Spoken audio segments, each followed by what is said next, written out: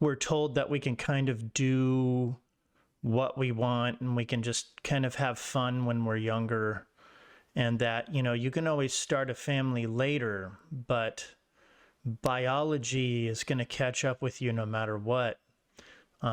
This is especially true for women for obvious reasons, but it's also true for men. And I'm learning that the hard way now. I have a wife who's almost 10 years younger than me, and she's not young either. We first started trying to have children when she was 29, 30 years old, really more like 29. And we discovered pretty quickly that this was not going to be as easy as we thought. We had about 6 miscarriages. It was quite tragic, and it took us several years to figure out that she has fertility problems. I got tested. Everything seemed to be fine with me. For the large part, her tests were coming back mostly okay as well.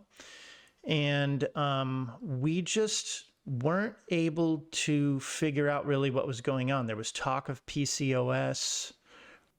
My wife, to some degree, is a very petite person, but she's also got a really high body fat percentage.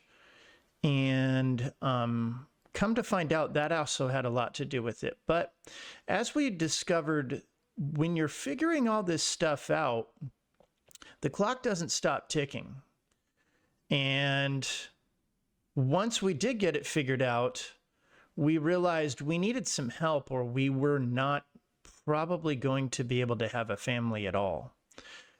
So we spent many tens of thousands of dollars at a fertility clinic, and we were able to have our first son. And that was just the beginning of our problems. Our son was born horribly premature. He made it into his 29th week before he was born. And he was very underweight even for that age. He was he was about the size of a guinea pig. We're looking at him now. He's 5 years old. It's pretty clear that he has autism.